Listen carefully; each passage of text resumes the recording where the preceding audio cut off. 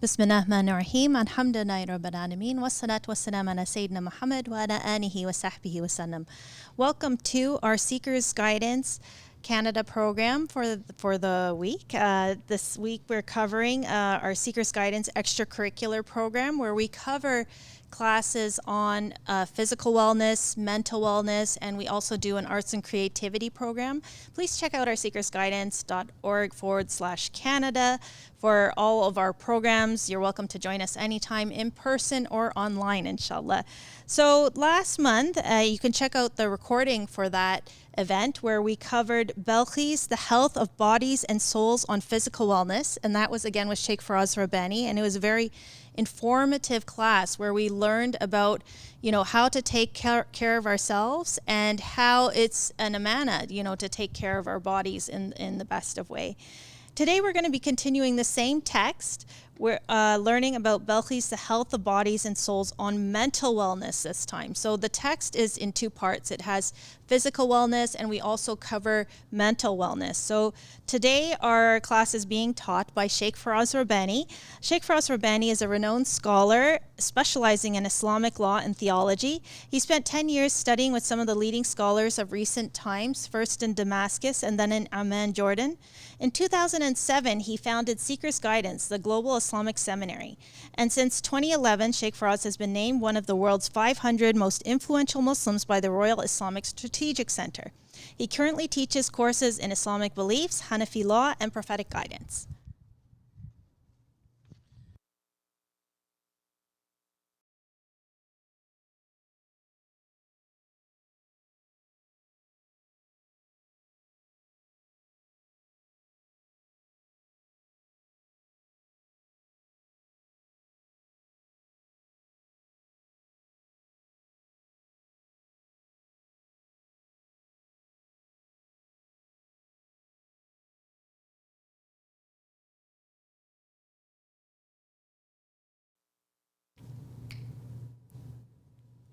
بسم الله الرحمن الرحيم الحمد لله رب العالمين وصلى الله وسلم وبارك على سيدنا ونبينا محمد وعلى آله وأصحابه وأتباعه إلى يوم الدين.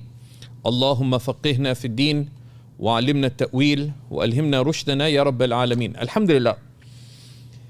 In this second of two seminars on this, one of the earliest texts that looks at health and wellness from an integrated perspective, Abu Zayd al-Balkhi's صحة الأبدان Masalih al-Abdan wal-Anfus, the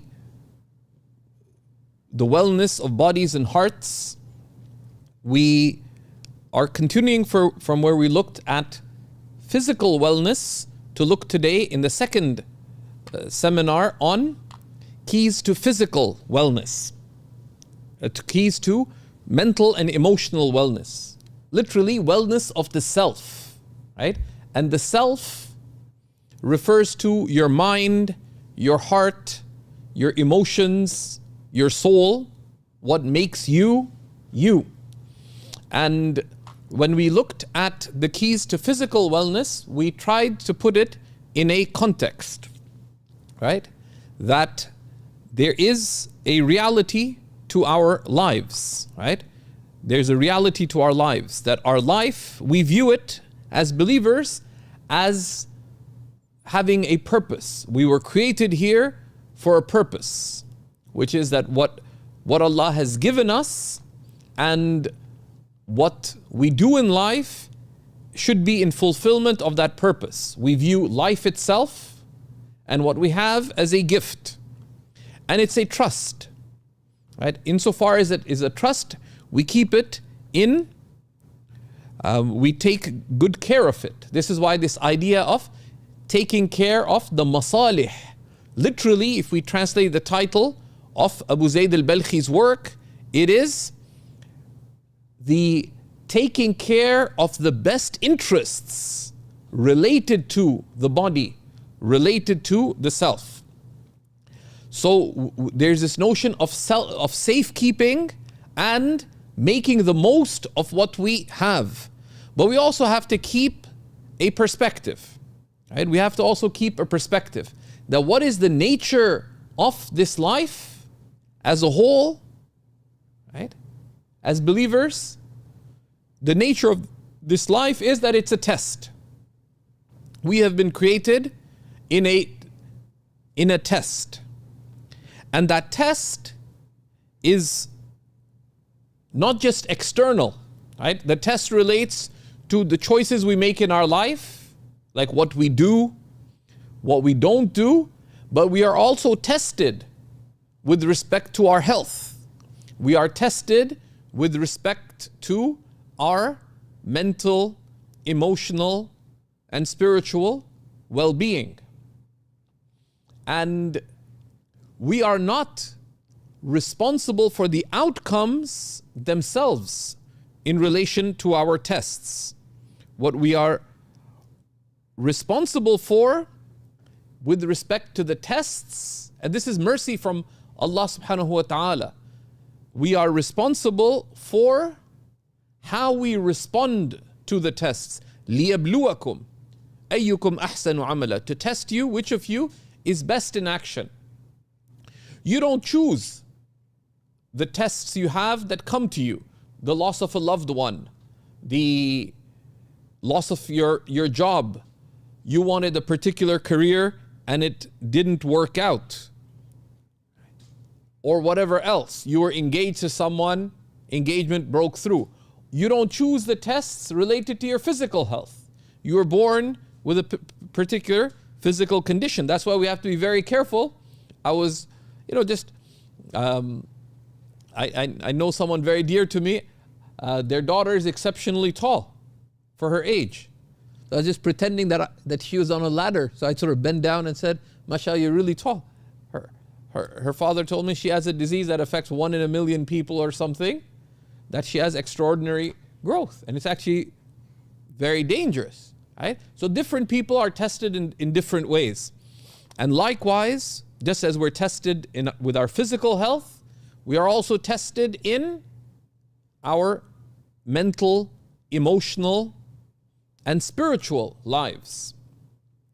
And we're not, in our physical health, there's no moral responsibility that you be physically healthy, because you can't control that output. The trust is fulfilled in the means that you take. Likewise, with respect to our mental health, that may be the primary test that you have, right? So that is a perspective that we need to keep in mind as we embark on this topic. Today, in looking at mental and emotional wellness, we need to keep these same questions in mind, right? That there's a divine promise that you will be tested in these matters. So don't be surprised, right? Don't be surprised about that. And that perspective is very important. Now, if we look at prophetic guidance with respect to how we take care of our mental wellness, our emotional wellness, and the spiritual wellness here, we're just keeping as a backdrop to these matters. We're putting the focus on the mental and emotional wellness. One of the key spiritual teachings related to this, and we expanded on it in the first seminar, is the importance of balance, right? Of balance. And there are many elements to the balance, but there is a balance that is an ideal that we strive for, which is that we know what the good is and we strive towards attaining that good, right? And that good with respect to our mental wellness, our emotional wellness, even our spiritual wellness, comes from the Prophet ﷺ's words that أَعْطِ كُلَّ ذِي حَقٍّ حَقَّهُ, give all who have a right their due right, right?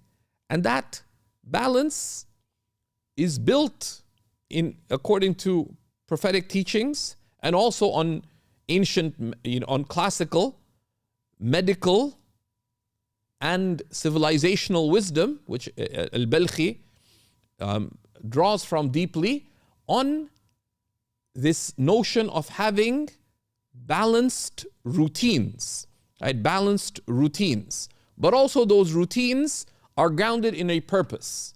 That you know with clarity who you are as a servant of God.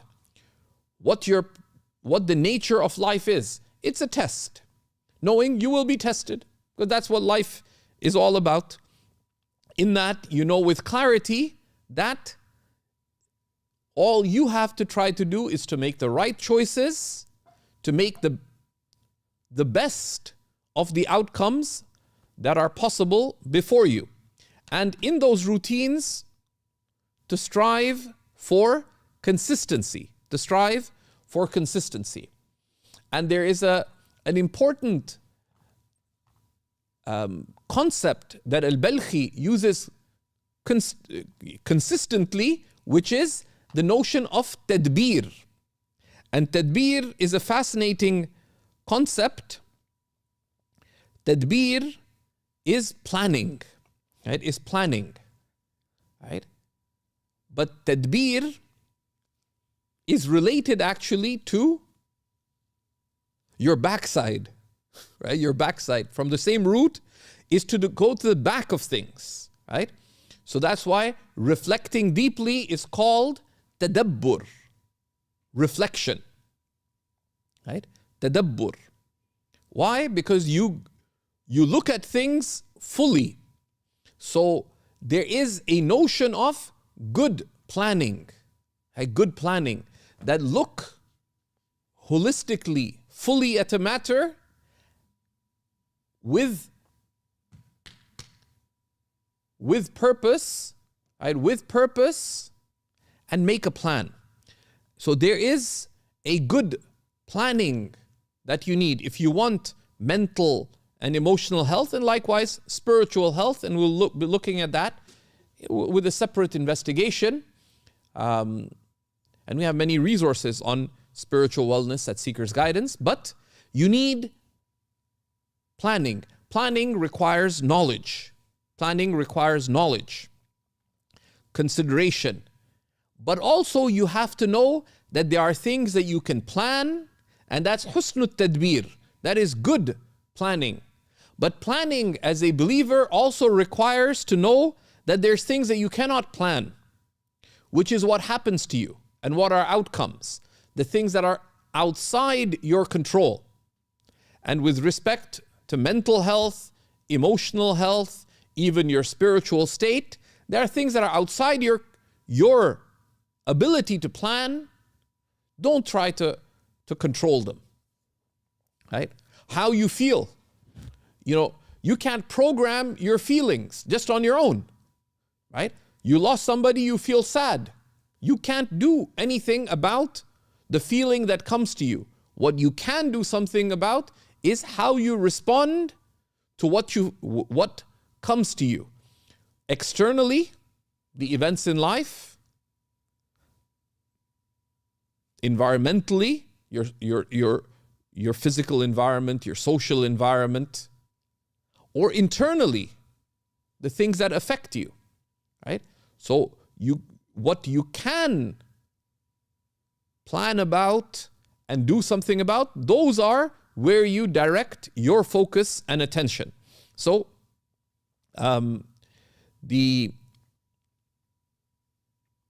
we also have to keep in mind that, you know, as believers, we look at the fact that mental and emotional health, there is an aspect of it that as a trust is obligatory for us to take care of, right? Which is that given that our bodies and ourselves, our al-Anfus, are gifts from Allah subhanahu wa ta'ala, we have an obligation not to harm ourselves mentally and emotionally, right? How do we do that? We have to realize that the wellness of our intellect, for example, is why certain matters are prohibited. Intoxicants, for example, Allah subhanahu wa ta'ala has prohibited, right?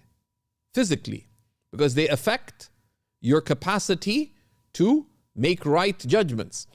Likewise, drugs that affect your mind's capacity to make right judgment are prohibited. But we also have other things that are obligatory to avoid. And there's a wisdom in the Sharia related to these, such as what? There's certain types of thinking that is not allowed. How? It is obligatory to have sound beliefs. So acquiring sound beliefs, because sound beliefs, right, our aqeedah, is not to argue with other people. It is for us to live a faithful, upright, purposeful life. So we view reality, we view life, we view our purpose and responsibility in it correctly. So there is a responsibility towards safeguarding mental health with respect to having sound beliefs, because those affect how you think.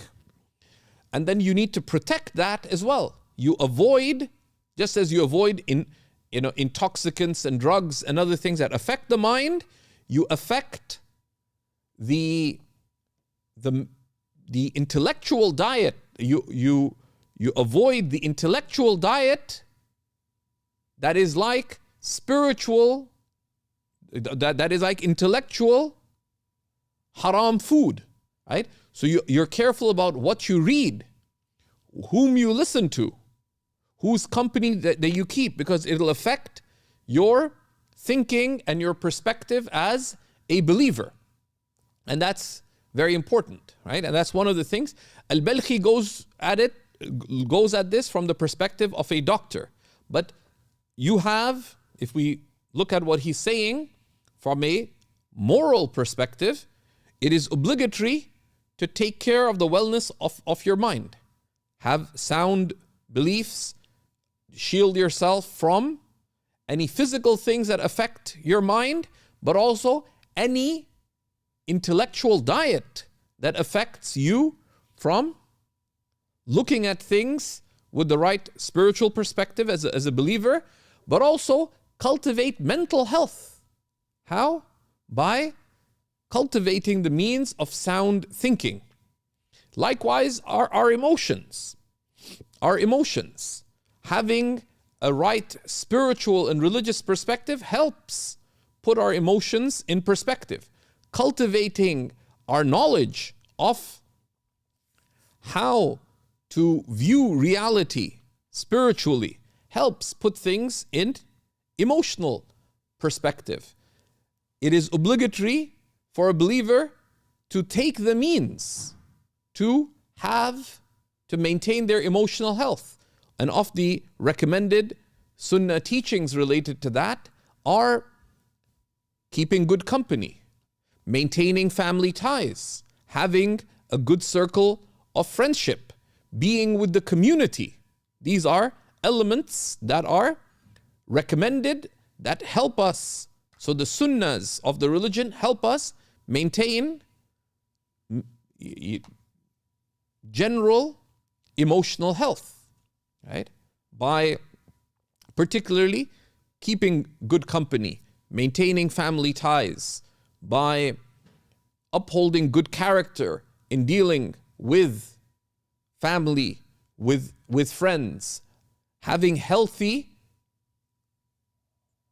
spiritual routines, but also having healthy social routines, right? These cultivate good emotional health.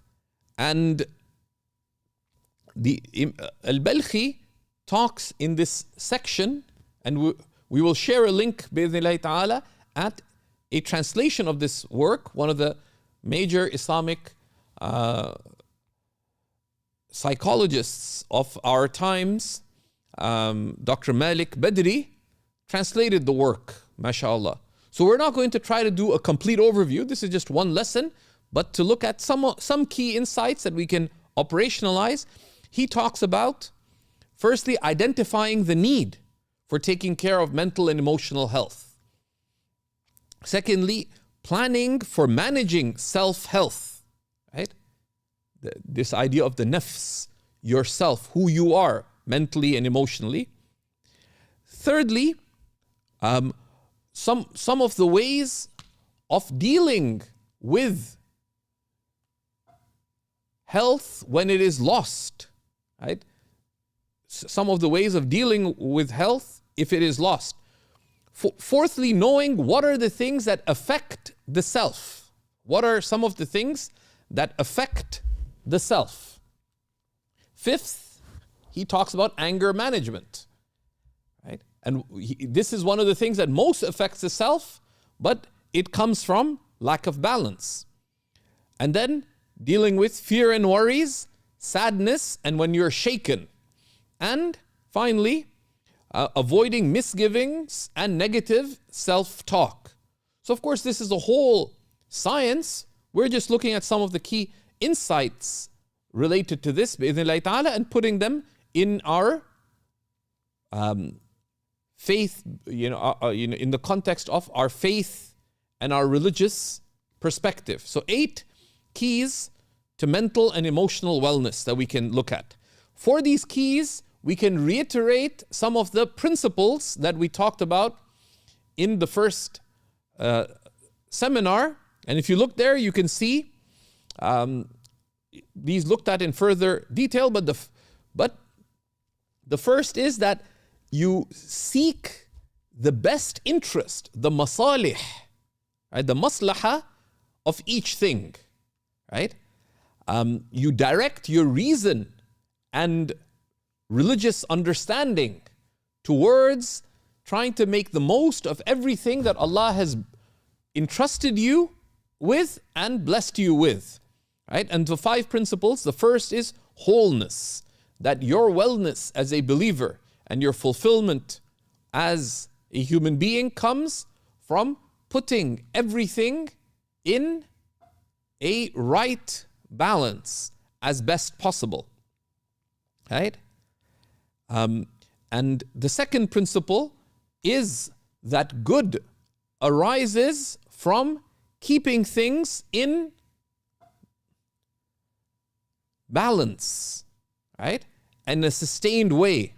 How? By trying to build healthy routines, right? Good arises from balance, and balance arises from consistency, which is a regular sustaining of good, right? And that's also important because when we look at mental wellness, emotional wellness, when you are shaken, right? Having a bedrock of good, healthy, balanced routines gives you something to fall back on. The third is that good arises from benefiting from wisdom, right? Wisdom, right? There are those who know, we seek their guidance. The most important of that, of course, is religious wisdom, but also the practical wisdom that aligns with that religious wisdom with respect to how we take care of our bodies, how we take care of our minds, how we take care of our emotions, how we can make the most of our life circumstances. And the fifth is there's an experiential wisdom in your own life, right? What works and what doesn't, right? And to consult. The al-Balkhi uses a very interesting example that if you look at kings, right? You look at kings. Kings, he says, classically learned something that a lot of people ignore. Because when he said doctors, he's talking in his time, looked at the health of a human being, they put focus on just the physical health. But the wellness of a human being requires not just physical health, but mental, emotional, and spiritual health. And he uses the example of kings. Kings wanted to live, right? Wanted to live. They wanted strength and power and influence and all these things, wealth, but they wanted to live and to make the most of what they had in life. So they would keep doctors to take care of their health. But you notice that kings, he says, always kept advisors around them who help them make the right decisions, help them respond to the challenges they would face. So if they heard that someone is attacking, there's some crisis, they would have advisors to put things in mental and emotional perspective to be able to restore balance. And that insight applies to us. We are not kings, perhaps, but we have the same thing. That just as we need to be aware that we seek to have good physical routines, but when it's tested, we should have people we consult about our physical health, doctors, for example. Similarly, we need to have good routines of mental and emotional health, that we're cultivating the good, but when tested, we should know whom to go to for guidance. And that guidance practically in our times would be, some of it would be spiritual guidance to give perspective, but also that it would be from the Sunnah to seek expert help to help us restore or cultivate the good with respect to our mental and emotional health. And that would be fulfilling of a Sunnah, right? Of taking care of the trust that Allah has and making the most of the gifts of God. It is not a weakness, right? That I have something broken, I need to fix it. Why is it broken? But rather, this is the trust Allah has given and the opportunity that is before me. So these 8 keys, the first of them is that there is a need to take care of our mental and emotional health. Because this notion of who you are as a human being, you are a body and a self.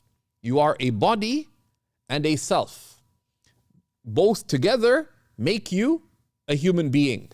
And the nature of the human, this self, right, the nafs, right, the self has multiple faculties. It has multiple faculties. The body, we looked at physical health, and the body itself is a trust. But the mind is the tool by which you make decisions, right? It's a tool by which you make decisions, by which you make your choices in life.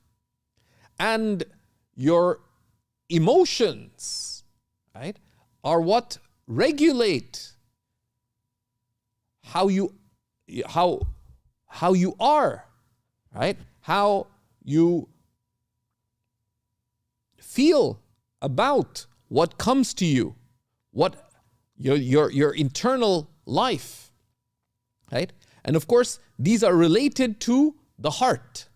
The heart has akhlaq, right? The heart and soul has akhlaq, has states of character, how you are with Allah and how you are with people. Now, in order for the mind to be able to function well, to be able to make advantageous choices for you, right? You need to take care of the health of your mind. You also have to identify that the mind is surrounded by feelings. These are your emotions. But those emotions, right, have a bedrock underneath, which is your akhlaq, right? Your character, right?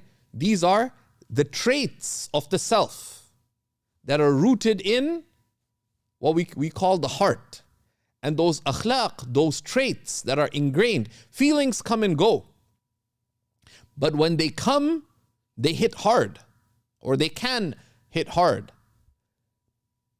But the traits of character is how you are. And you can see the traits of character as being spiritual traits of character, which is how you are with respect to Allah subhanahu wa ta'ala. And you have your, what we can call your social character, which is how you are with people. Right?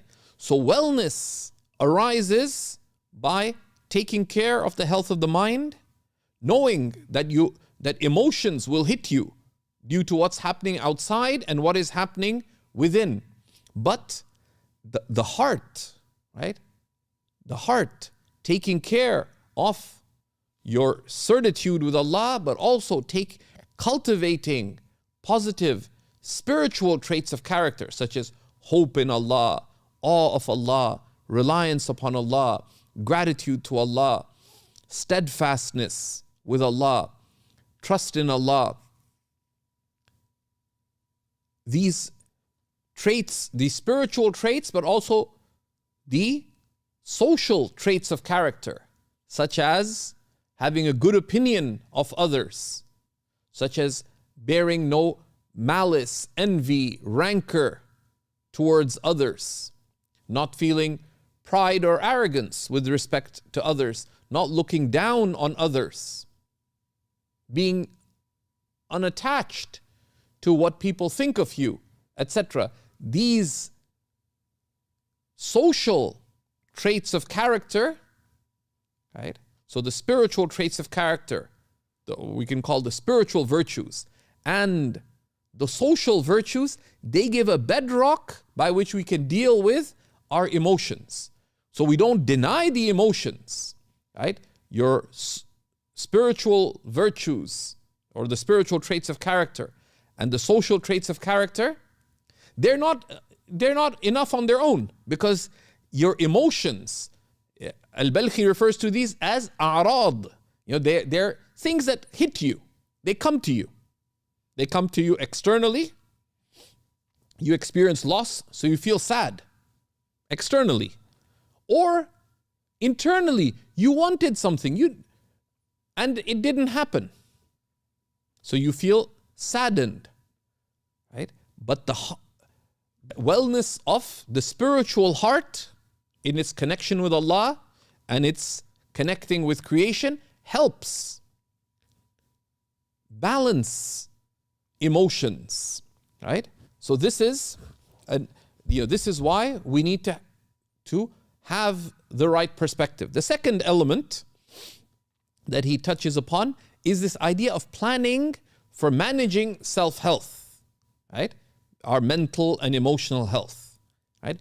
And the spiritual underpinning of this, which he doesn't talk about a lot, is very critical, right? That cultivating the health of your spiritual heart in its virtue, in having the akhlaq, the spiritual virtues and the social virtues, is a long-term investment also in having emotional and mental health, because the mind can, to the extent that you have, everybody has a certain mental capacity, but to be able to make right choices in life, right, with the mind, right, you need to bring your emotions to a balance and your akhlaq to a balance.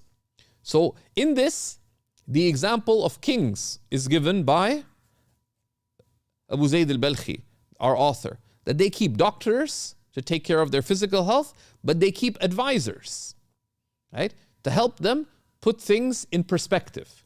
The advisors do two things. What do the advisors in the court of the king do? Right? And they're not just sycophants just hanging around. They are part of the living education of the king. And so the king is able, the intelligent king. We're not talking about the fool. There's foolish kings who just do whatever. They burn out, ruin themselves, ruin their kingdom. But the intelligent king, right? He keeps his advisors around him because daily they talk about Masalih, what is of benefit, right? So the king becomes an educated king. The king has awareness of his dominion. And likewise, the believer, right? The believer, we should cultivate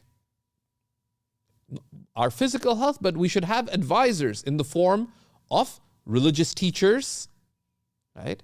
To take care of our religious and spiritual health. The health of our religious practice, the health of our faith, our religious practice, our iman, our Islam, the health of our hearts, right? In our heart relationship with Allah and our heart relationship with people, right? So in this, on an ongoing basis, we need to have these advisors. How? Through study, through good company, but also when things happen, what does the king do? The king turns to his advisors. The intelligent king turns to his advisors to help put things in perspective. So we should have advisors with respect to how we view things from a faith perspective, iman, from the perspective of practice, our Islam, from the spiritual perspective, how we view matters with respect to our relationship with Allah, how we respond to matters with respect to our social virtues. So we should have advisors. And this is also embracing mercy, because all of this is a gift from Allah. So we're cultivating wellness in these on an ongoing basis, but when awarid happen, when things hit, we're able to put things in perspective. But also notice the balance. It's not just about seeing things from a spiritual perspective or just looking at things from a social perspective. This is this idea of wholeness, right? Our ongoing practice, right, and having a plan for self-care at each of these levels helps, right, with having personal self-care. Because by learning, we acquire, right, the capacity of cultivating our own self-care. But we also engage in seeking external assistance, right? We take, how?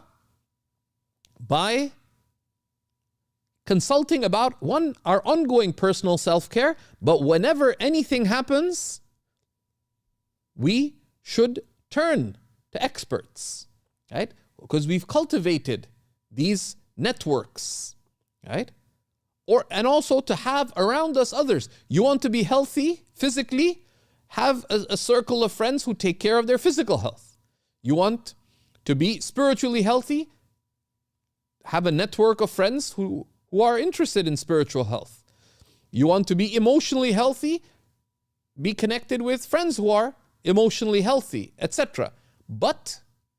And we seek balanced company, right? Who, to the extent possible, integrate these various things.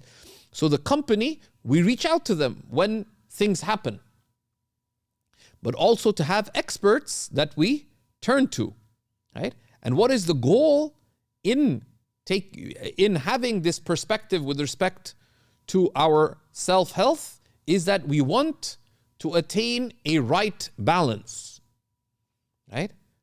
This right balance is grounded in knowledge, right? Is grounded in knowledge. And as believers, it takes care of prophetic tools of routines and the treatments that are available, right? Both religious treatments and what are beneficial worldly treatments that we have access to that give us the ability to take care of our health. And taking those means entails knowing that you have agency. You have agency. You are not incapable, right?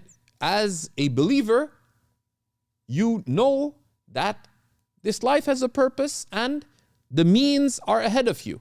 When you're not sure what means to take, then reach out and consult. Because that consultation is not from weakness, that I have to go to get mental health, mental, I have trouble with my mental health. No, it's an opportunity.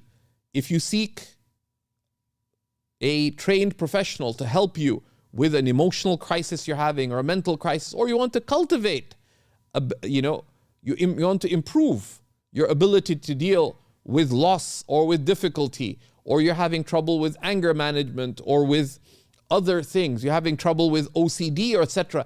It's not that I have a weakness. No. It's like someone who has, who has a heart problem. The focus isn't, oh my goodness, I'm such a loser, I didn't eat. No, a lot of times they're out of your control. Many people have family history of physical challenges. Sometimes it's not very clear why you got this health issue. But when you have a physical challenge, you go to doctors. Some may require just going to your family doctor. Some may require going to experts. Similarly, with our mental and emotional health, this is just taking the means. Why? It's not because you have a problem, but because you want to attain this right balance. And ultimately, for what purpose? Because we are here in life to attain eternal good. And in the pursuit of eternal good, we want to pursue the worldly good out of gratitude to Allah subhanahu wa ta'ala and to facilitate our eternal good. Right? Now, the third insight that Abu Zayd al-Balkhi talks about, and he has a chapter on each of these, is what are some of the ways of healing if health is lost, right? And to know this, firstly, the ideal that we seek is a balance, right? A balance that enables us to pursue the good, right? That is what is sought, is this right balance, right? What is sought is this right balance. Now, what threatens the right balance, right? What threatens the right balance are challenges, internal and external, right? But you need to strive when you are not in a state of major challenges to cultivate a good, what we can call operational balance. You have good physical routines, life routines that cultivate a balance. Okay? That gives you a grounding. When these challenges arise, the toolkit is you need to have knowledge, right? You need to cultivate knowledge so that you can, one, have an ongoing right balance, but secondly, if there are particular challenges you face, then you need to find out about how to address that particular challenge. If you're tested in that, one of the simple things is to go to experts, right? Is to go to experts, right? And consult that I am facing this particular situation. What understanding do I need to be able to handle this? And to make a purposeful plan, is to make a purposeful plan, right? So that you don't feel overwhelmed, right? Any challenge that you face, what you have to do is identify, okay, what is the particular challenge at hand? For example, if you are dealing with if you're dealing with a physical health crisis, right? You've identified that you've got a major health condition, right? That is a genetic condition, etc. Then, now what is beyond your control, you have to know that you need to have a spiritual perspective. You have to have a spiritual perspective. What's the spiritual perspective? That you're not there, right? It is only for God to have ultimate control over all affairs. You have a particular issue, but the purposeful planning and the perspective is, okay, what outcomes can and should I direct myself towards? And how do I direct myself towards them? That may require this consultation, and that's from the strength of a believer. The strong believer is better and more beloved to Allah than the weak believer, though there's good in both. The Prophet ﷺ said, be avid for all that will benefit you. Place your trust in Allah and don't deem yourself incapable. And that's how we deal with these challenges, right? That see that there are some things that you can take the means towards addressing based on your bedrock, based on your knowledge, your social circle. They may be people whom you trust, based on experts. This is all from taking the means. You are not alone in dealing with challenges, right? And with experts, come up with a plan of what you can deal with. And that's what Allah rewards you for. That's what Allah rewards you for. And you work at it. And you accept that the things that are outside your control, this is from the test of life. You may be tested by Allah giving you high blood pressure. Someone may be affected by blood sugar issues. Someone may be affected by some disability. Likewise, someone may have particular emotional challenge. They feel a great deal of sadness. Someone else may have a test related to their anger. Someone else has issues with feeling very lonely. These are all tests. You're not responsible for the outcomes. Say, okay, what can I do? To make things better? And you're taking those means to be able to pursue your eternal good. Now, what is it that affects the self? Right? It is very helpful to view that the things that affect the self, right, affect you mentally, emotionally, there are internal things. There are internal things. Mentally, how you are viewing things, right? How you are viewing things would affect you both mentally in making your decisions and emotionally in how you respond to things happening around you. So you have to consider that if something is affecting you, okay, is it a matter of how you are viewing it or how you are choosing to feel about it, right? That's so those internal factors help, right? And in that, how you are viewing something mentally or responding to it emotionally, this is one of the areas where don't try to be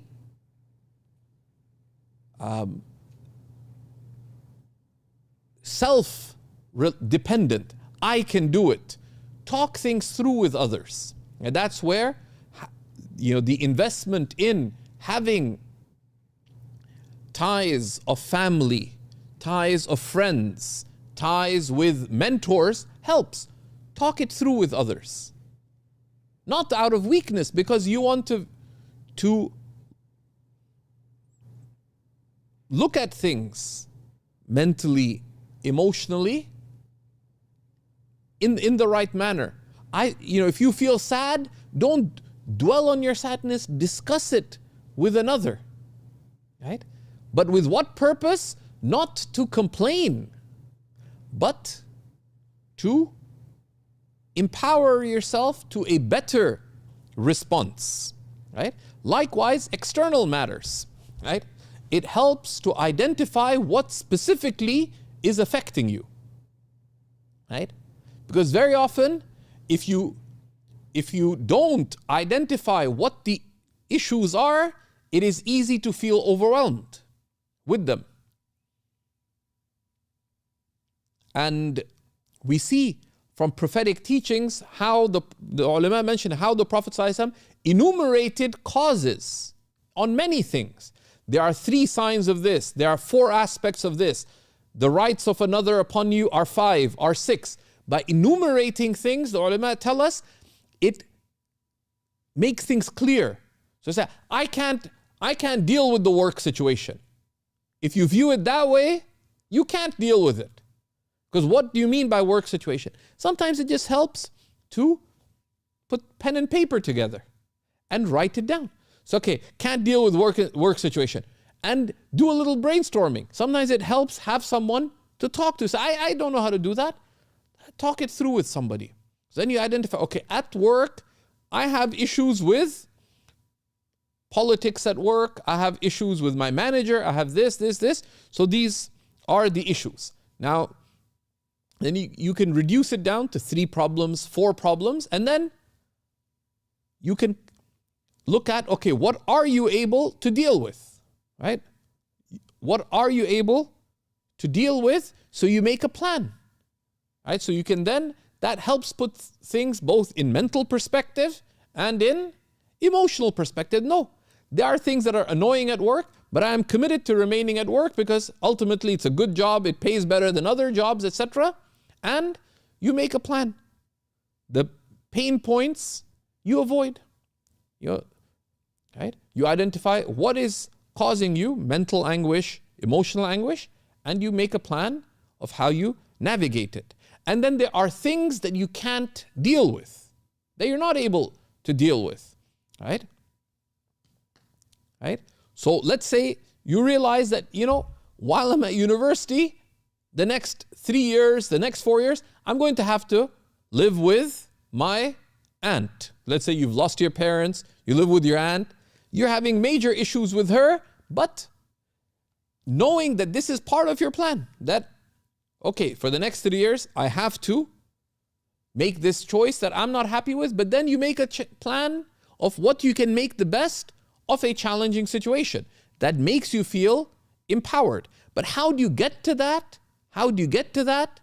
This idea of Tadbir al-Masalih, of planning the best possible outcomes given your circumstances. Consult. And then keep things always in a spiritual perspective, right? That everything that happens is by divine destiny and decree. Everything that comes to you has wisdom in it, hikmah. And everything is enveloped in divine mercy.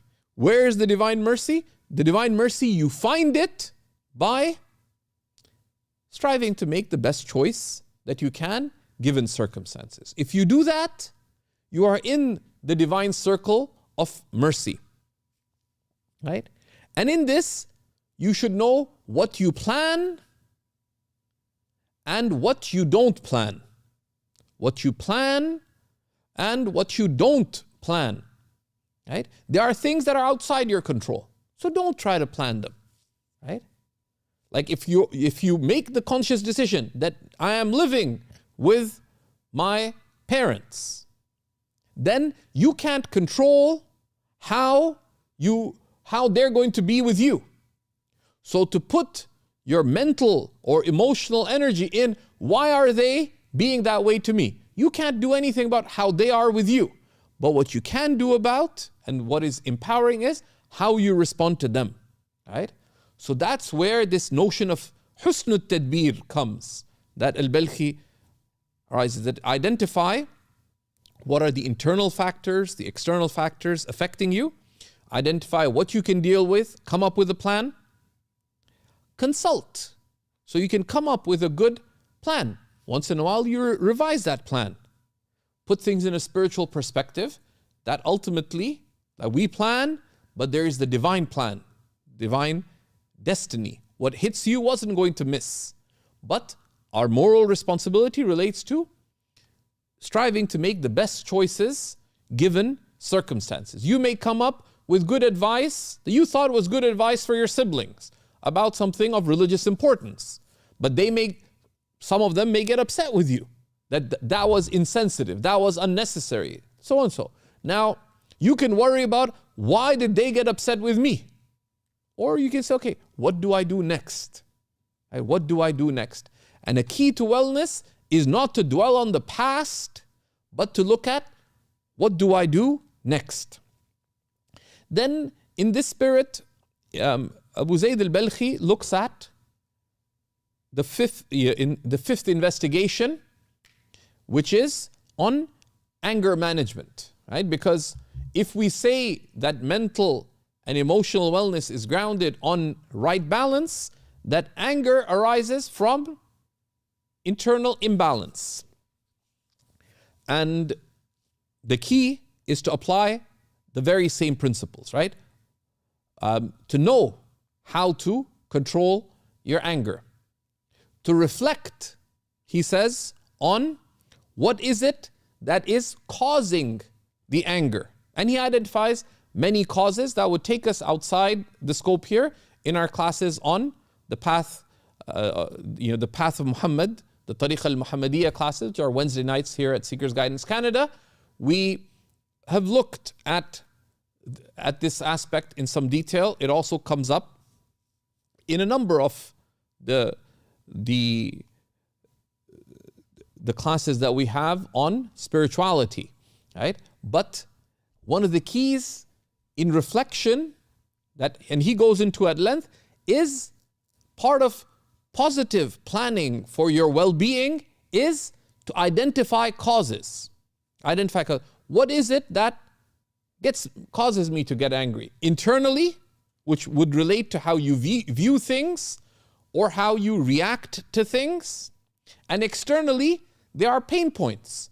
So sometimes you have to avoid pain points. Just as if you were to argue every time with your mother about, is Hyderabadi cooking better? Or is Indian food better or Western food? And every time you say, well, I like Western food, she gets upset. So if you say that's what causes our dispute, you identify a cause, then come up with a plan that avoids what leads to the problem. Right? So this is one of the key aspects of reflection. Rather than putting yourself down, that why do I get upset? Reflect on what are the causes that lead me to this. And some of it, through knowledge, learn about anger from a spiritual perspective, from an emotional, practice-based perspective.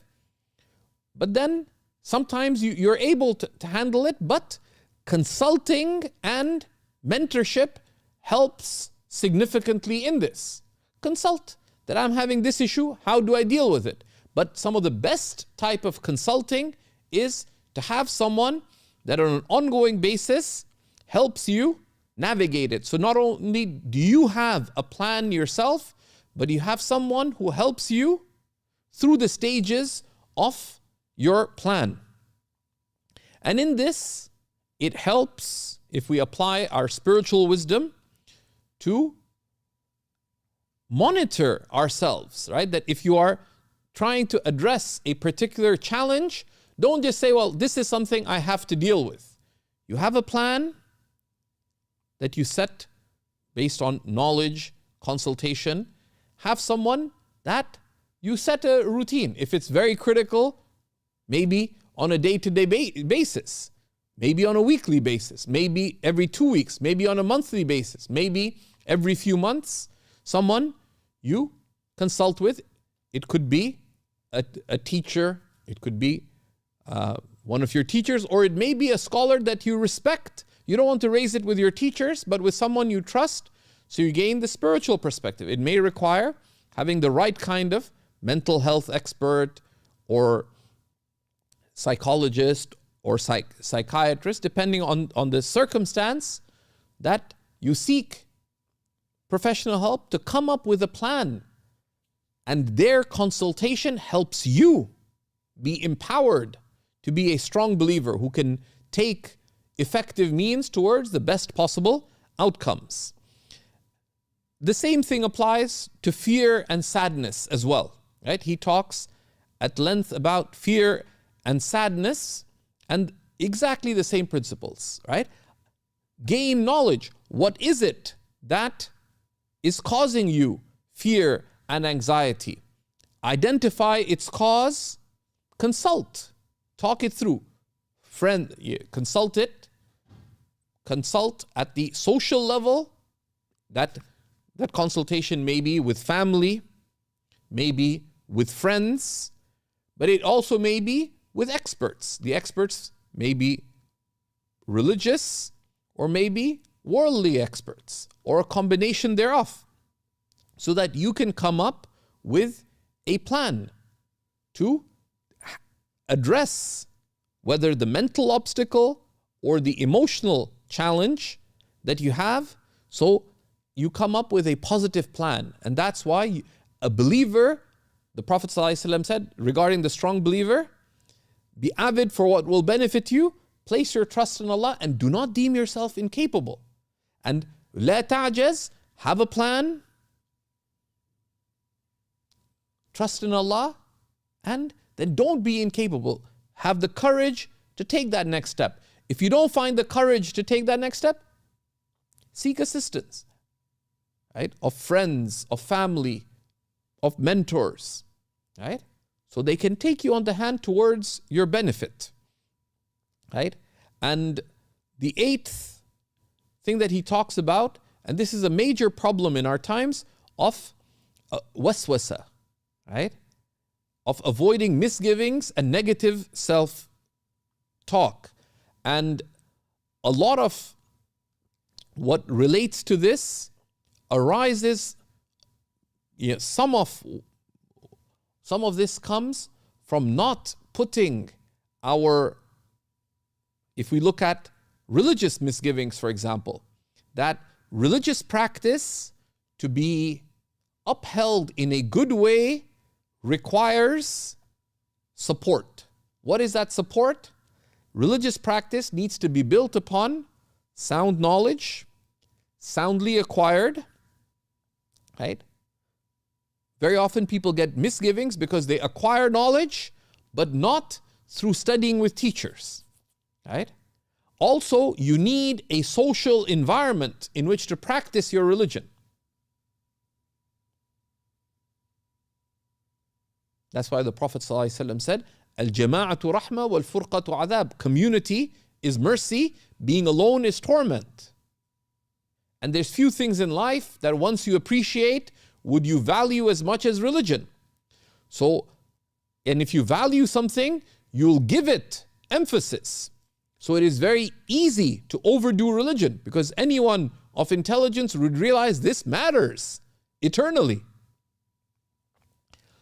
So it's very important with respect to avoiding misgivings that we ground our practice of religion on knowledge acquired with teachers, in which you consult regarding how you bring it into practice, so that anything that you find, any question about how do I apply this, ask the question before the problems arise. And that's just from being a strong believer, right?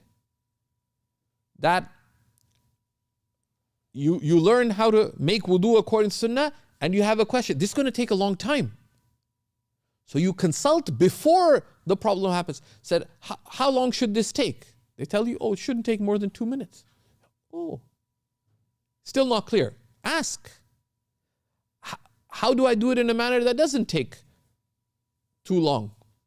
But as soon as a problem arises, consult immediately. The Prophet ﷺ said, إِنَّمَا شِفَاءُ الْعَيِّ السُّؤَالِ. The only cure for confusion is to ask. And the earlier you ask, the more quickly you avoid the confusion becoming deeply rooted misgivings. But also reflect when you get misgivings. What is it? Same principle. Identify the causes of the misgiving. What are you worried about? What are you worried about internally? Or externally, you're worried that Allah won't accept, right? And ask, right? Upon reflection, when you identify the causes, with misgivings, it is critically important. Consult right away, but of all the types of things that affect you, this is one of the things where you should suspend your judgment. The scholars say, the person who has misgivings has no judgment. In the matters that they have misgiving in, suspend your judgment. They tell you, do 1, 2, and 3. Do yourself a favor and just do 1, 2, and 3 until you get rid of misgivings. Why? Because it is debilitating and incapacitating to be overcome by misgivings. There's a spiritual aspect of that, there's a religious aspect to that, and there are effective clinical ways of addressing, things like OCD, obsessive compulsive disorders and stuff, when these become very difficult, and it's from strength. It is not weakness. Oh, well, I'll just do it myself. No. Be a strong believer. The strong believer takes effective means. Right? Takes effective means. So don't hesitate to consult and have a plan. It helps to write down, what am I doing about dealing with misgivings, negative self-taught? Do yourself a favor, make a checklist. I have these 7 things that I do. And refer back to the checklist each time. That's part of making life easy. And monitor yourself, right? Whatever your misgivings relate to. You have misgivings that, people are judging me. So you have a checklist, 4 things that keep in perspective that Allah's judgment matters. Think well of other people. Number 3, make dhikr. Number 4, busy yourself with thinking about whatever the 4 steps are. And always go back, have a plan that you keep applying. If it's not working, because you're monitoring, I'm having challenges with applying this element, go and consult and refine, right? Correct your plan, right? Correct your plan. And that is the mercy of Allah subhanahu wa ta'ala as well. Allah subhanahu wa ta'ala has created us in this life with opportunities. And it is part of the generosity and mercy of Allah that He has given the means of pursuing our well-being, our masalih, whether they be Masalih al-Abdan, the wellness of our bodies, take the means, or our mental and emotional wellness, or our spiritual wellness, take the means that you can. But none of these are the objective. None of these are the objective, right? The objective in all of this is what? Is what comes after. The purpose of the test, if you have a test someday, it's exam day. You probably dress comfortably because you want to be comfortable in the exam. You wear comfortable shoes so they don't distract you. It's cold, so you wear nice and warm socks. You don't wear tight undergarments because you don't want to be uncomfortable. You wear, clothes that you're familiar with, whatever. You take the right writing instruments, whatever. So you make your exam context comfortable. But you have to keep in mind that even the exam that comes in front of you, you shouldn't stop during the exam and wonder, why are the questions difficult? Because will that help you in the exam? No. Oh no. They're asking about such and such. All you have to do is, okay, how do I respond to the questions that are before me? You don't choose the questions. Similarly, you don't choose the tests in life. And Allah subhanahu wa ta'ala tells us, لَنَبْلُوَنَّكُمْ, we will test you. That's the wisdom of creating. And that is mercy. Why? Because how you respond to the tests of life, the general test of life, the choices that we build our lives around, or the challenges that Allah sends to which we respond in a good way, seeking the pleasure of Allah subhanahu wa ta'ala, right? So that's how we view it. This is the exam. Don't worry about what the questions are. Plan out an effective response and do your best. But know that Allah subhanahu wa ta'ala does not judge you on the basis of justice. He judges you on the basis of mercy. Okay? All that He is testing with you with has a purpose, which is He wants you to choose Him. He wants you to choose paradise. He wants the good for you. All you have to do is to choose it. Right? So have that perspective. And know also that if you have difficult tests, physically, mentally, emotionally, know the spiritual perspective that أَشَدُّ النَّاسِ بَلَاءً الْأَنْبِيَاء, the people most intensely tested are the prophets. ثُمَّ الْأَنْبِيَاء ثُمَّ الْأَمْثَلُ فَالْأَمْثَلُ, then the best after them, and then the best after them. إِذَا أَحَبَّ اللَّهُ عَبْدًا ابْتَلَاهُ. The Prophet sallallahu ta'ala alayhi wasallam also said, if Allah loves the servants, He sends them intense tests. So those tests are mercy and honor. Why? Because the choices we make when tested in pursuit of the pleasure of Allah and the pursuit of the good that Allah has facilitated with gratitude, with steadfastness, with trust in Allah, with certitude, these elevate us. Tests are not about you being dragged in the dirt of the mud and muck of the troubles of this life. Tests elevate you eternally if you respond right. Right? So we should have that perspective. Some of the righteous would cry when tested. And in night worship they would say, Ya Rabb, what have I done that you honor me like you honored the best of your servants? Right? So we see that in taking care of our physical, mental, and emotional wellness, we need knowledge. Right? We need knowledge. We need consultation. Right? We need to have a sense of purpose. What am I here for? I am here to seek the pleasure of Allah and to seek my eternal good. And make a plan related to each aspect of your life that helps you get that. But also know that there are things that are outside your plans. To those, you look at, okay, what can you do? And plan out a response accordingly. Set positive routines, right? Set positive routines, good habits, good knowledge habits, good spiritual habits, good living habits, good physical health habits, good mental health habits, good emotional health habits, good spiritual health habits, right? Build those routines and have a perspective that you're only responsible for striving for the good, not for attaining it, right? And in all of this, remember the words Imam Nawawi said as a child, مَا لِهَذَا خُلِقْتَ. I wasn't created for this. We weren't created for this world. We were created for paradise. Sayyidina Adam was created in paradise, right?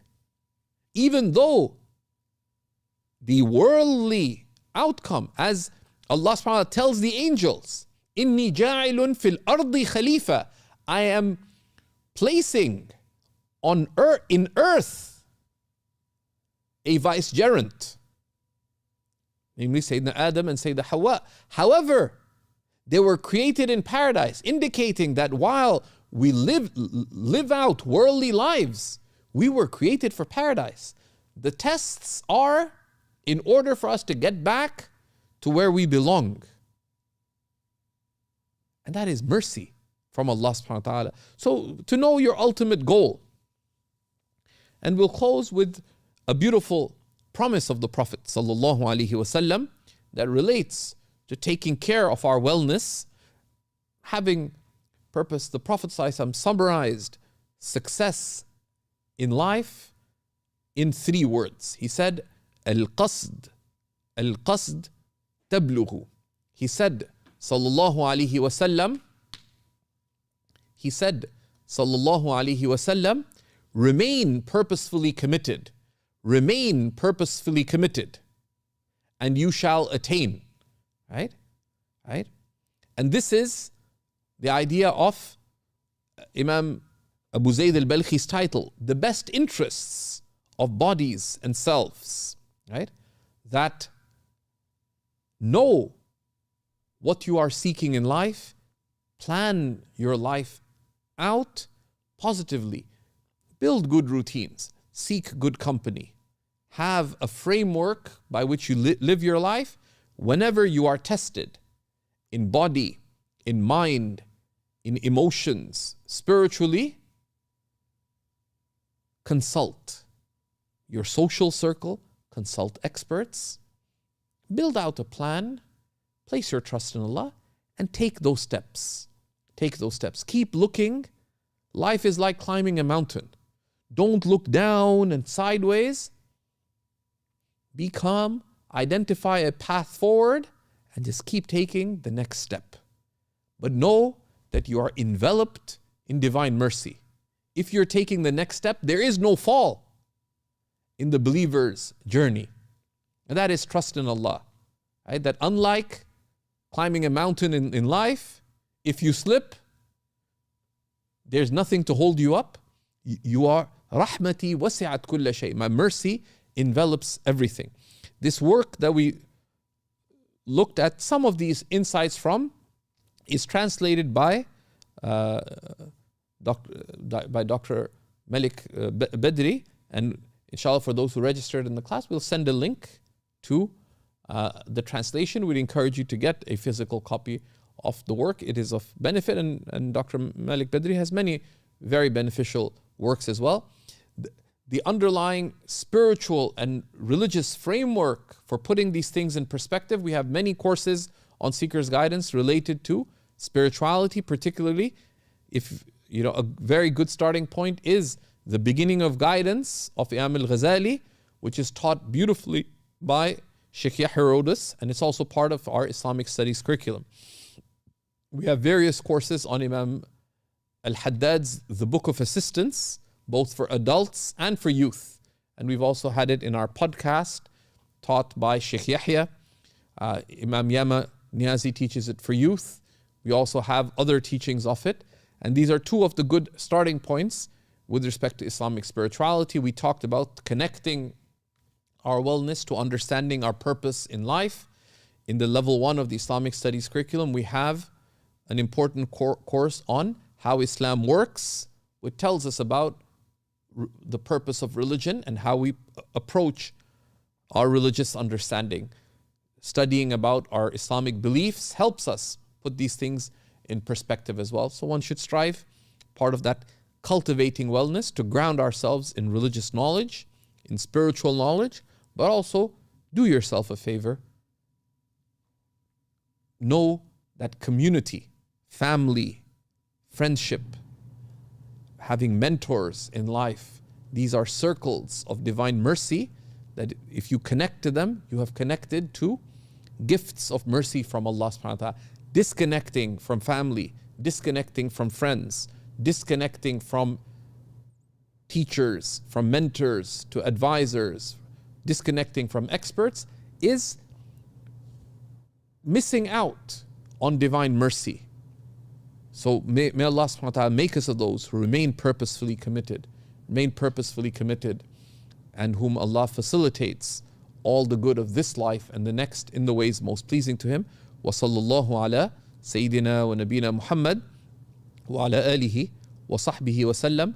Subhana rabbika rabbil izzati amma yasifun wa salamun ala al-mursaleen walhamdulillahi rabbil alameen.